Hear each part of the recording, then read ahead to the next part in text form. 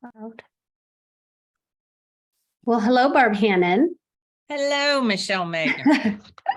I am so glad that you're here today, and we are going to talk about Gallup Strengths. Is it Strengths or Strength Finders?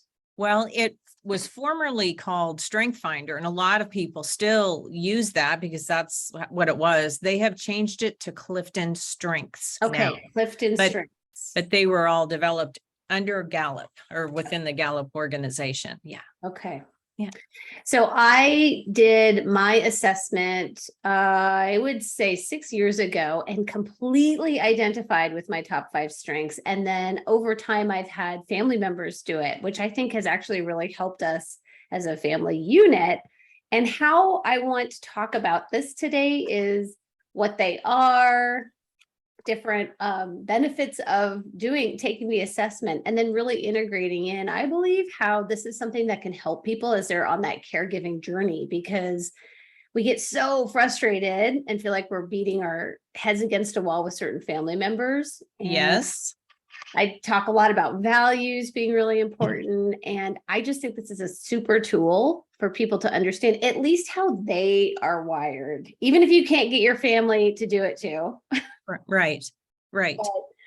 But, what I have learned with the clients that I have that have taken it, they've used that within the family. So oftentimes I think people think this is done for people in a business office. It's for teams within an organization. yeah. Your team can be your family.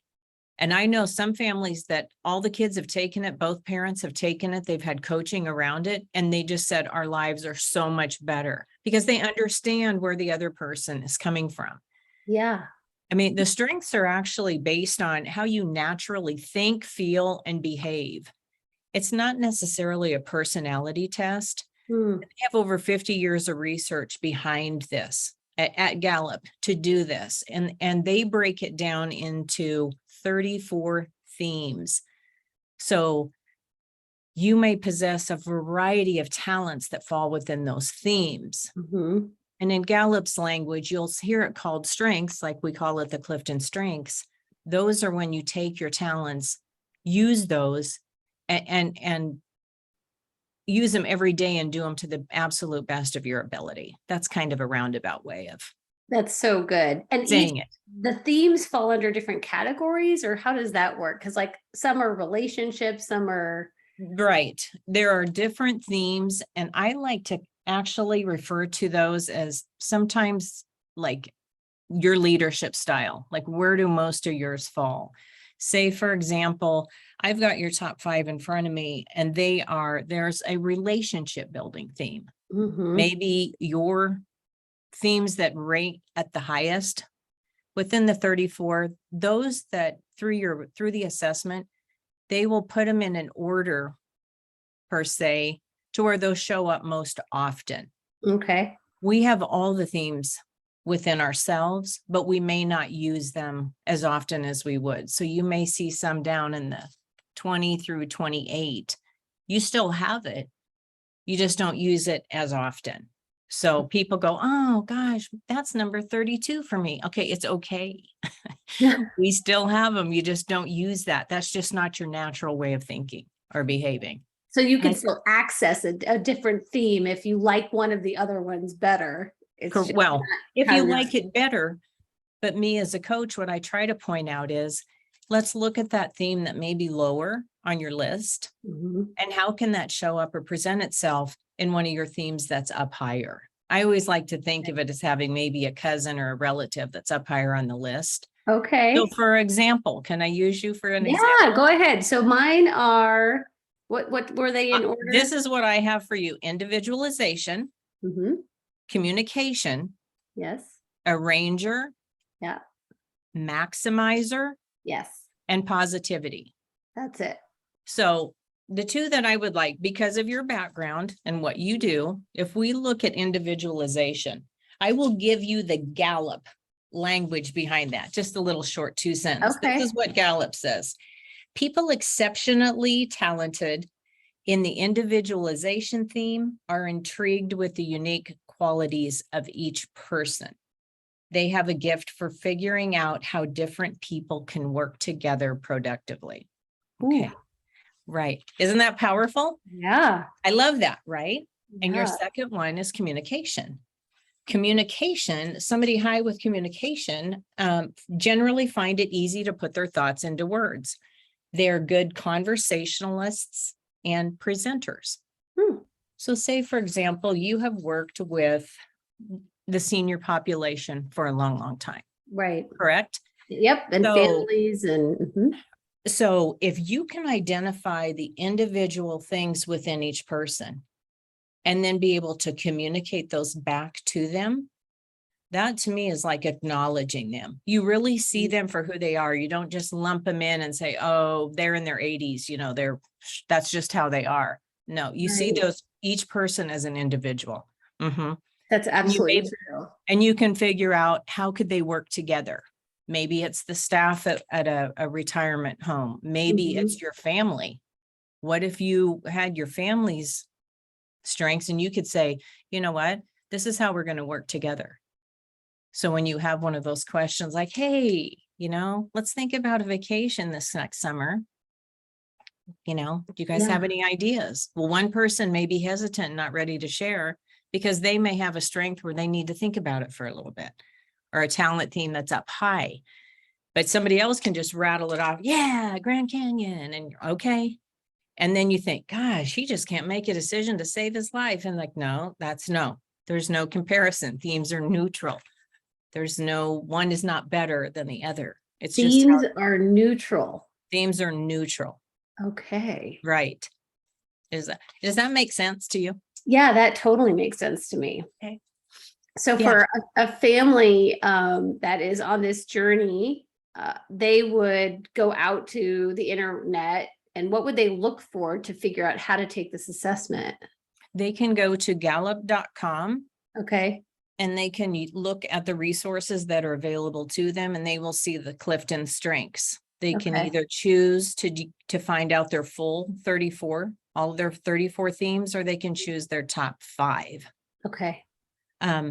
I think about when I was caregiving for my parents, and I have 2 siblings, I wished I would have known what theirs are, Mm, because I was showing up just like I've always showed up, but that doesn't necessarily mean my siblings liked that. But if they oh, would have understood that I was in my element, it came natural to me. So that's what I did. right. Our situation would have been a lot different, I think. And vice versa. If I would have known what theirs were, I would know that it might take my sister a little bit more time, give her time to think about something so she could come back with a decision that felt good to her, rather than, well, what do you want to do with, mom and dad's blah? Well, Right. I mean, I think about emptying the house or getting rid of right, belongings or right, trying to make decisions about any kind of arrangements or, right. you And know, the other thing I realized during that time was we each had a different relationship with our parents. Mine was very different than the one my 2 sisters had with both of my parents. yes. So that may not be a strength, but I tried to see that through their eyes and to know what was really important for them with their connection. Again, not good or bad, right or wrong. Mom and dad didn't have favorites, but some of us girls, I think, were easier than the others. And we all know that. We know that. And it's okay. Yeah. That Yeah. maybe someone is more of an energetic match to a parent, or maybe the Clifton Strengths dovetail, or there's something about the strengths that maybe a parent can relate to Mm-hmm. more closely. Right. We tried, my younger sister and I have tried to guess what would our parents have been. Both my parents are deceased, but one of them is achiever. And that is, they have a theme. Their theme is they work hard and they possess a great deal of stamina, Mm, and they take immense satisfaction in being busy and productive. Okay. Before my sister ever took it, I knew that had to have been in her top 5. I knew it yeah. had to, because she is busy all the time. Well, sure enough, it's her number 1. Oh my So gosh. that made sense to me. But when Gallup talks about it being a weakness instead of a strength, to me, it's almost like when you take it too far. Mm. She is busy all the time. So if everybody else isn't busy, she thinks something's wrong with them. And it's like, Uh-huh. no, we achieve in our own way, just not in the way you do. For her to just sit down and have a cup of coffee and just visit, it's really challenging for her. She can be in the kitchen visiting, but she's Mhm. emptying the dishwasher, making brownies, whatever it may be, right? Right. So when I pointed that out to her, she was like, okay. I said, I am not dogging you. I'm just saying, this is how that shows up for you. Well, then she Right. was fascinated. Then she wanted to know what her kids were. And she said, this just makes so much sense now. Right. And I said, yeah, I wished I would have known what ours were growing up, but it's not too late. It's not too late. Well, and you Right. have like I'm a busy bee, and so people are constantly like sit down, just sit down. And I think they feel like it's a character flaw of theirs that they aren't more active Right. in Right. movement or around the house, and or they feel like it's a character flaw of mine that I do. And what I'm Right. hearing is that we can take this assessment and have this tool just to identify and be aware Right. without it being all slathered in judgment. Right. And we all need each other. So to me, the more I understood how my sister thinks, behaves, and feels naturally, the better I am able to know that, you know what, I know she's not going to be able to do X, Y, Z. And I shouldn't say, I don't like the word not, and I don't like the word should. So let me Mm. rephrase that. I know where her strengths lie. So I knew what I could delegate to her, because you have a ranger and I also do in my top 5. Mhm. We can take a gigantic list of things and put it in the most effective and efficient order. But And we're it totally flexible. makes sense. We're flexible. If Yeah. something else comes into we're just going to slip it in right here. Well, that doesn't come natural to her. So I explained it. I said, here's what we need to do with the house, like after my dad died. I just started the list of what made the most sense, like Mhm. stop the newspaper. We don't need to be paying for a newspaper if there's nobody there to read it, right? Right. So that made it was so easy for me. And they Right. were like, well, how do you know that? Well, I again, but I knew I could rely on her, like with her achiever. I knew she would get stuff done. If I told her, I said, here are some things that we need to take care of. She said, okay, I will do this, this, and this. And she did it. There was no stopping her and no questioning her, and she did it. Mhm. So, I just think back and think, gosh, this would have been so much easier. Yeah. But we need each other. And the more we understand how unique we all are, the likelihood, I think Gallup's number is 1 in 33 million that any of us would ever have the same theme order. Okay. So So if my that, order, right, I'm 1 in 33 million. correct, Wow. right, So there's like 10 of us in the country. If we have 300 million people in the country, there's like 9 or 10 of us that maybe have that similar. Yeah, similar. Wow. yes, yes, Yeah, that's pretty unique. I know. And that's why I think embrace that. We don't have to be the same. We don't want to all be the same. But if we understand where our strengths lie, our talent themes, and then to use those each day and understand what other people's are to be able to work together. Yeah. To me, it sounds like a win-win. For sure. Right. Can you, so we talked about a lot of mine are in that relationship category. What are the other 3 category, or is that what you call them, a category? A theme. Actually, Gallup calls them the theme. So for example, executing themes help people make things happen. Okay. Influencing themes help you take charge, speak up, and make sure others are heard. So say, for example, if you have talents that fall within the influencing theme, Mhm. you may be leading a meeting and you know that Bob is not He's kind of one of those quiet, maybe a thinker. I don't like the Mhm. word introvert. I don't like to use that. Mm. But say Bob's in a meeting and he doesn't usually say much, but when he does, it may be one or two sentences and it's just boom, so powerful. And that's all the words he needs. Unlike me, who I'm like, la, la, la. You know enough to tap into Bob when you sense that he's ready to say it. You want to make sure everybody's heard. That's under the influencing. And then executing, it's like, let's just get stuff done. Okay.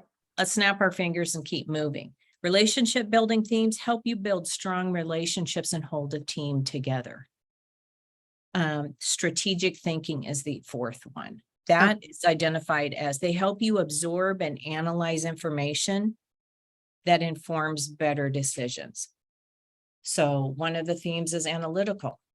That person can help you see, I say the big picture, but they can break it apart and then share that and help you understand, why are we looking at all of these different pieces? Okay. Sometimes we, instead of saying themes, we like to say, what's your leadership style? What comes easiest to you? That's usually more easier on the ear. Most people go, oh yeah, okay. I have a lot of relationship building themes in my top 10. Mhm. That doesn't mean if you don't have a lot of them, doesn't mean you don't know how. Your communication or your relationship building will fall under different ones. They just may be in a different part of your list in your order. Does that make sense to you? It does make sense. Okay. So it sounds like I can have higher levels of themes under the relationship theme, but I may also have some strategy or strategic Correct. or influencer under the, I'm getting confused on themes and themes. Right. I know it's hard. So that's sometimes I like, that's why I I'm like to envisioning say like a spreadsheet. your leadership style. Okay, Okay. Michelle, if we can use you again, I'll go back to your list because I'm Yeah. guessing a lot of your listeners know you. Your third one is arranger. And that's where I said you can take a gigantic list and put it into the most effective and efficient order possible to get the, just say it's a to-do list or a task done. You're not afraid of it. It makes Right. sense to you and you can just organize it. People with arranger are good organizers. Okay. Then your fourth one, you have maximizer. You can take any good situation and make it even better. You want to make it the best it can possibly be. Okay. Yes. And then your fifth one is positivity. You see, okay, here's what's going on. We're just going to make it. You're positive. People are drawn to you. You have uplifting. You may be inspiring. So if we look at your top 5 altogether, what you are doing as a business or as an entrepreneur or as a friend or a mom, I can recognize all of those where it makes sense. So for example, with your maximizer, yes, you're going to be using your communication to talk to people and share and maybe influence them to say, okay, this is what we've got. Have you guys thought about maybe we could do it this way and make it even better? That's going to be you. Yeah. And And I will, go ahead. No, go ahead. Well, I will say about the maximizer, I am self-aware of that, but what it also, I realize is that sometimes I don't stop and celebrate something because in my mind, and it's not like I'm slamming myself, but in my mind, I'm like, okay, that was really good, but how can we make it better for next time? And I think that sometimes you just are, I am constantly focused on what's next. Right. Instead of what I have just accomplished. I was telling someone we had won an award for my building and I was being congratulated on it by someone at home office. And I'm like, well, that's very exciting. I'm very excited about it. And there was an expiration date on it, right? Like if you win an award in 2022, it expired. So now I'm like, okay, well, what's happening for 2023? So I do think that's just something for me to be aware of with that theme. And I think that within the dynamics of a family, if you have that person in your family where one person is celebrating like, wow, we really got that thing accomplished or done, or the move was made or whatever it is. And then you have another person who's like, Yeah. And it could have gone a little more smoothly, you know. You Right. get mad, like, what? Can't we just celebrate it? Right. But it's just Right. how we're wired. We're not Right. trying to be a Debbie Downer. We're just trying to think of like, what did I learn and how can I be better? Right. It's a perfect example. Gallup likes to refer to it as a blind spot, where we Okay. think, okay, these are all well and good. But I think if we take it too far, and that may not be the right language, but that's what makes sense for me. Mhm. Like for you to know that, you know what, this project was great. Celebrate that, stop for a second. There is no such thing as perfect. But if you want to add some ideas for next time, you know what? This next podcast, I think I'm just going to add I don't know, Right. something. I added lights. I have There, lights now. correct, right? Because it's here in Omaha today, it's rainy and overcast. Right. It may be something as simple as that. Yeah. These aren't designed to dog yourself and be like, oh my gosh, I didn't do that. But it's a great recognition.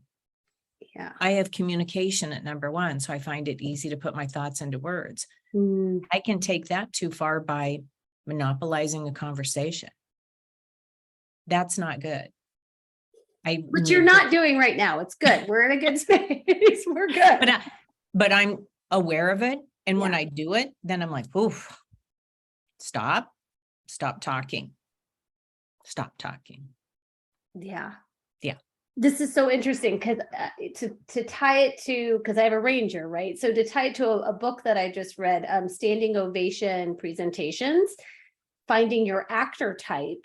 One of my actor types, specifically, it says you have a tendency to go on and on instead of just getting to the point. And that maybe is tied to the communication. Could be. Strengths. Could be. Yeah. Or if you're maximizer, maybe you're verbalizing things externally. I'm an external, yeah, I say it, external processor is what I am. If I Okay. say it out loud and hear myself, then it makes sense. Some people do that internally. Yeah. But have you ever had anybody say to you, you can just go anywhere and just talk to anybody? Yes. Okay. I've had that said to me a gazillion times. And sometimes hasn't been a posive. Like, why do you have to talk to them when you go someplace? Oh, yes, like to the grocery store. Can't we just check out instead of you making friends with everybody? Right. Like, but they got something to tell me. Right. But that's just our natural way of doing things. Yeah. But we can still catch ourselves. You and I think we can pick up pretty quickly if they're not chatty Kathy, you know, or talkative Tom. We're going to know to stop it. Right. And just do the typical, hi. Yeah. How's your day? Or not even that. Right. Thank you so much. Mm-hmm. And then walk away. Sometimes I have like the proverbial duct tape over my mouth in my mind where people can't see it, but I know it's there. Mm-hmm. Yeah. Yeah. Well, it sounds like there's two things are coming up for me. One is just knowing yourself, so you know how you operate in the world. And then the other thing, the word judgment just keeps coming up, where I think people can be pretty hard on themselves if they don't have what they perceive as desirable themes that they can see other people clearly have. And then that causes frustration and conflict. Right. And especially when we, again, are on this caregiving journey where if you don't, I don't know, if you see that your sibling is better at something and that's frustrating you, instead of just acknowledging and I don't know, where am I going with this, Barb? Right. Well, I think another thing that the strengths helps me anyway is it provides a language. It's a common language. So when you know what your strengths are and maybe what the strengths are of your family members or coworkers, maybe your parents, maybe you can kind of guess what they are. Knowing how you talk to your mom may be different than how you speak with your dad. But again, when you can acknowledge those in each other, and if you know somebody is really good at something, I would ask them, how do you feel about, is that something that you could take on? Divide up those caregiving things. It's not, and I don't even necessarily like to say better, but it comes easier for you to be able to communicate what you're talking about, right? Yeah. That doesn't mean the other person doesn't know. For example, when we sold my parents' house, my sisters, both of my sisters were there, and I'm the middle child. So if you ever do anything on middle child birth order, I'm that. The people that were interested in purchasing the home we could see them coming up the street. So all of a sudden, my older sister says, "You do the talking because that's what you're good at." And I thought, okay, because I was going to leave it to her, right? Because she was the oldest, power of attorney. So here I am thinking, okay, I'm a believer. So I just said, please, God, give me the words that I need to get through this conversation. And it went really well. We love the people that bought my parents' home. And, we all stood in the living room just crying. We're happy and kind of sad at the same time, right? But that's something I knew. I just knew came easier for me. I knew what to say. So they asked me to do it. And they weren't annoyed with you. Not in that particular. There were other times along the way. Okay, for example, I got up and spoke at my dad's memorial service. My older sister said there's no way I could do that. My younger sister said, I'm not doing that. So I asked them, would it be okay if I did? And they said, sure. Yeah. Wow. I didn't have any notes. I just walked up there and just spoke from my heart. Yeah. And it was easy. And to me, it was easy. What is one of the number one fears of people is public speaking or speaking in front of people. Yes. But that doesn't make me better than anybody. Because there are other communication, those relationship building themes that are up high. Like maybe it's relator. That person can connect usually with a strong, small group of people. They can still relate. It just may not be up in front of people. They may be great one-on-one or in small groups. So it doesn't mean they're not a communicator. They still communicate. It's just different. So I'm sorry. Go ahead. So under the top themes of relationship, can you just hit them for me? Executing, which is where you're helping make things happen. Okay. Strategic is you help people absorb and analyze the information. Okay. To make better decisions. And then influencing. So you helps you take charge, speak up, and make sure others are heard. So what are some of the themes underneath of the other categories that and how would people be showing up? So futuristic, I'm not sure where that one falls. Okay. Futuristic is, I should be able to tell you this off the top of my head, but for our listeners, I will tell you the little short language that Gallup gives for futuristic. People that have that theme high are inspired by the future and what could be. Okay. They energize others with their visions of the future. So for me, that's probably why I had to look. Futuristic is very low on my list. I'm not sure what I'm doing half an hour from now, right? So, but that doesn't mean that I can't think about the future, but that's not natural to me. Right. So if you're in a meeting and saying you're developing a new product, somebody within the group may have that futuristic up high on their list, and you want to listen to them for their ideas. They may be able to say, you know what, based on our target market, I know this is going to work and here's why. And they can rattle off a bunch of things. And I'm like, oh, I never even thought of that. Right. So you want people like that. So maybe back to your situation, if it's a caregiver, what does the future look like? Are they moving mom or dad or grandma or grandpa or their loved one to a facility? What will that look like? What do they offer there?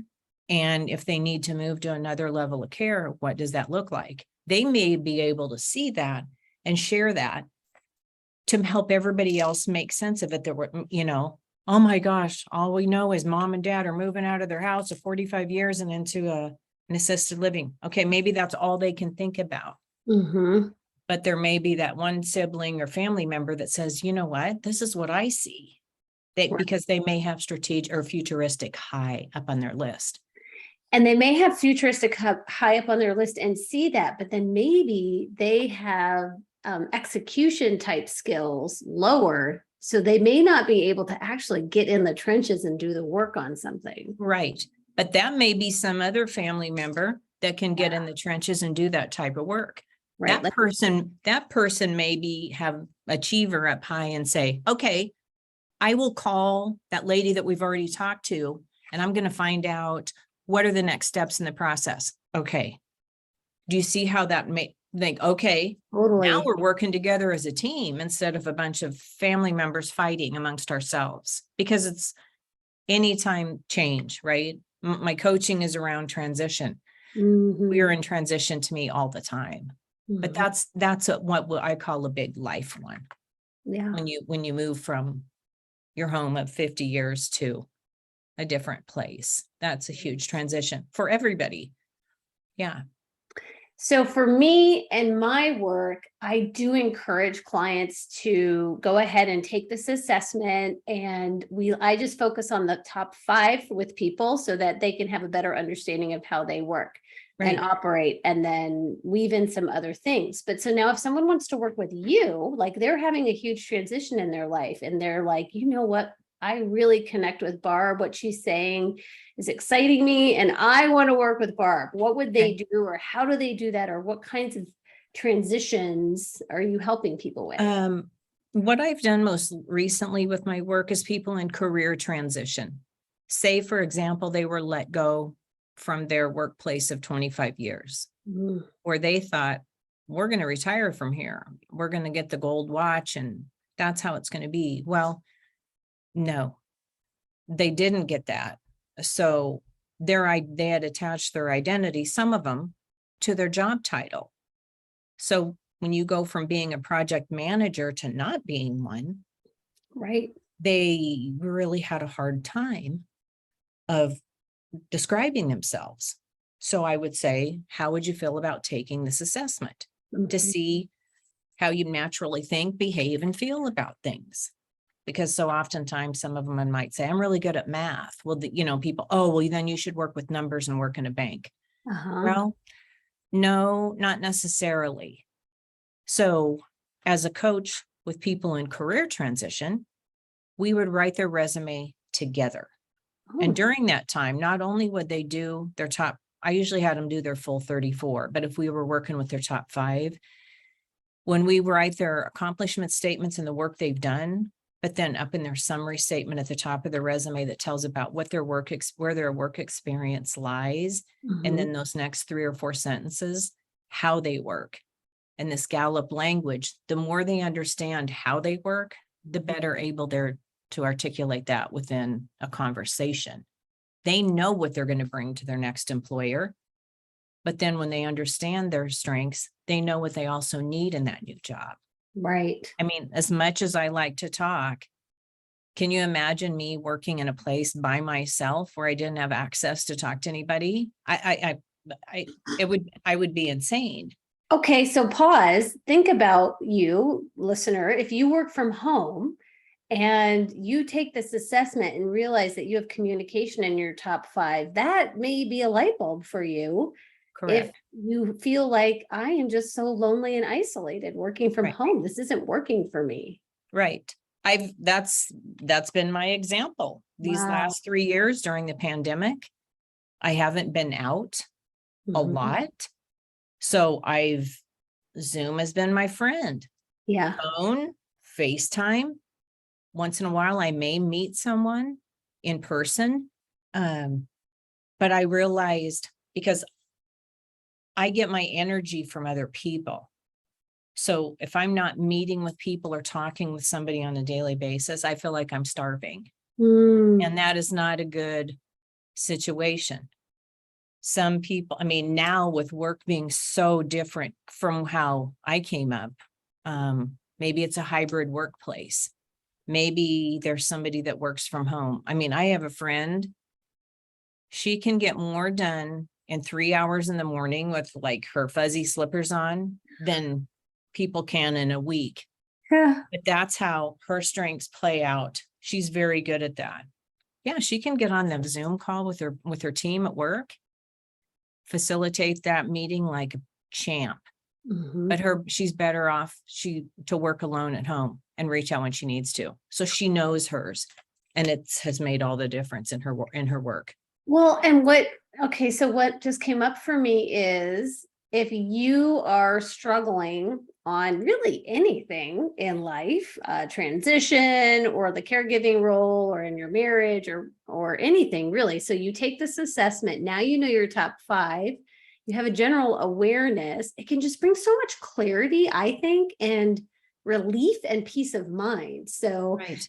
I think sometimes we get very caught up on whatever's trending for us to focus on, like, well, I'm just going to do paleo. I don't know. I'm throwing Right. stuff out there, right? But Right. maybe instead, if we had this tool, then you can see what are the areas that you're the strongest at and how can you enhance those and use those Right. as opposed to, and I love trying things. I think it is good to just try stuff on with your habits and lifestyle and Right. all of that, and focus on how do you enhance what you're good at.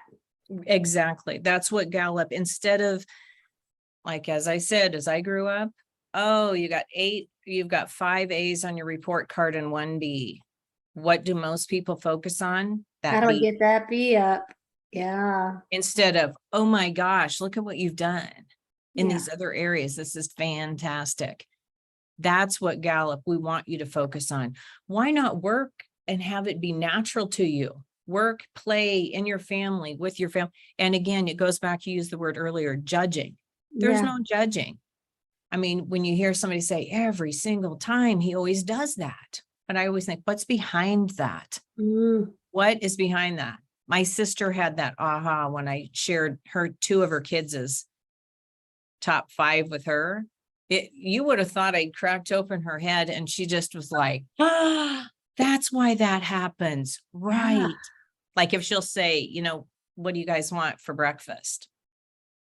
2 of them will rattle something off right off. The other one will always hesitate. And usually they're like, come on, just say something. Mhm. No, that's not how he does it.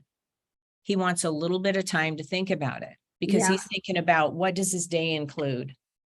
So now she knows that she'll say, hey, this weekend, we're going to go to church or whatever it is, some event. Let's have a big breakfast before you guys think about what you want and then let me know in a couple of days. He's so much better when it's like that. Yes. So it could be something simple. So here we're like blaming teenage boys, these character flaws, like they don't, and Right. I need to go back and look at my son's Gallup strengths too. And maybe it's not an age thing or a gender thing. Maybe it's just a how you're wired thing. Right. And I mean, I think back to when I was a young person. I have communication as number 1. I've got a ranger as number 2. I think about all the stuff I did growing up Mhm. and how, say, I go to summer camp when I was in junior high and we were putting on a play, which I love to act, right? Because again, I was up on that stage, I was in front of people, Mhm. and I just had everybody organized. And I'm sure the lady that was running that part of the camp thought, who is this girl? And I did, when you don't even, you don't even know what you're doing until how many years later when somebody reminds you and you're like, oh, hey. Yeah. I taught swimming lessons. I loved to teach and share. I was the majorette in our band in high school, like as a leader. I mean, it's just nothing surprised me.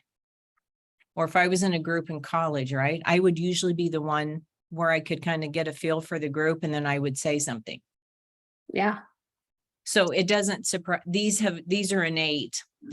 I believe we're born with them. And if we recognize what they are and use those rather than, Oh, I've got whatever at number 30. Mm-hmm. Sometimes I use the cooking analogy. Say, for example, your 34 themes are your spice cabinet. And what do you use the most of? Like your top 5, maybe it's salt, pepper, garlic powder, paprika, and something else, right? But Right. oh, Thanksgiving is coming. I need that pumpkin pie spice. Well, that may be number 17. You still have it. You just Right. don't use it as often. Does that make sense? That totally makes sense. That's so powerful. Right. Or if you carry say the kids have a backpack, right? Yeah. What's in that backpack? What do they use all the time? Phone, keys, laptop, something, something, something. Right. Oh, well, maybe they need An maybe eraser. they need a what it An eraser. okay, an eraser, maybe they need a calculator. Okay, that might be on their phone, right? Yeah. But they don't use it very often, but they know they have it. Right. Doesn't make it wrong or something's wrong with you. It's just you don't use it very as often. Yes. Does that make sense? It totally does. I think this is so powerful. And I think that this is going to help a lot of families as they are trying to figure things out, because emotions are running high. Yes. Decisions, depending on where you are along this, this phases, and you personally do know I do know.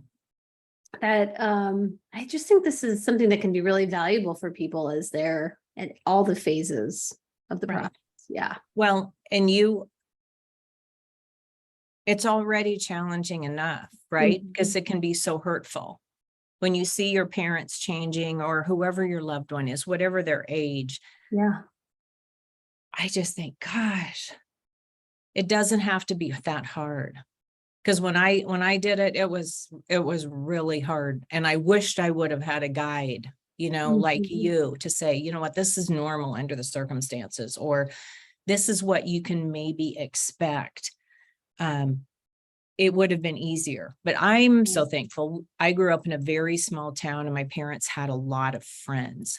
So I had that built-in support group with them. So I looked to them to see what they were good at, right? Like I Yeah. knew one guy could always take my dad up to his doctor appointment if I couldn't. He was I could rely on him no matter what. Mm. So even though I may not have known what their actual strengths or top talents were, I knew what they could do. Right. So Like maybe he had discipline in his top or responsibility. or responsibility. Yep. Yes. Yeah. I told Roger I was going to take him. So that's what I'm doing. Right. That was him every time. Yeah. Every time. So yeah. Yeah. Well, I love this. So you work with people who are in transition. So if someone listening is finding that they are in transition of career or life, maybe they're exiting the workforce permanently to retirement, or they have transitioned with a health situation or whatever it is, I'd encourage you to reach out to Barb, and I'm going to put your contact information in the show notes so that people can quickly access that. Okay. And I'm sure you are happy to help. I'm happy to help. Yeah. I just think so oftentimes when we're in one of those situations or we find ourselves, we may be saying, oh my gosh, what am I going to do? Right. Well, why don't we use what we're already good at to work through that particular area? We don't have to reinvent a wheel. Yeah. It's just because we haven't been here before doesn't mean we don't know what to do. So if I knew what I was really good at with that transition, then I think, okay, let's apply that. How would I apply that? I've had my friends take it, so I know what they're really good at. So it's almost like I know who to reach out to for what. And that can be really helpful too. That can for sure be really helpful. Yes. Well, thank you. Thank you for being here today. Oh, you're welcome. Thank you for having me. I appreciate what you do and the work you're doing and your positivity attached to it. Yeah, we could go on and on with yours. I just want to bring all the resources to the people so that it just doesn't have to be this hard as you said. No. You can make it No. And especially if we just honor ourselves. What I found through my process, you have to take care of yourself first. You have to. And I know you've shared that with with your clients. Mhm. It's just invaluable because you can't take care of somebody if you don't feel good yourself. That's It's easier absolutely. said than done. But again, I relied on that small town and my parents' friends when I was there. They would stop, and one lady, she would always stop and she said, "Oh, honey, I know you're working, getting things cleaned up." She brought me a sandwich, her homemade pickles, and like a piece of pie. And I was just, thank you. I'm sitting on the front step crying my eyes out, Yeah. even though it was good. But I mean, I really, yeah, you learn to recognize, it was a big, positive shot in the arm. Yeah. I feel very grateful to been able to help my parents. Yeah. That's And my beautiful. family. Yeah. So, Yeah. yeah. Well, thank you. Thank you, Michelle.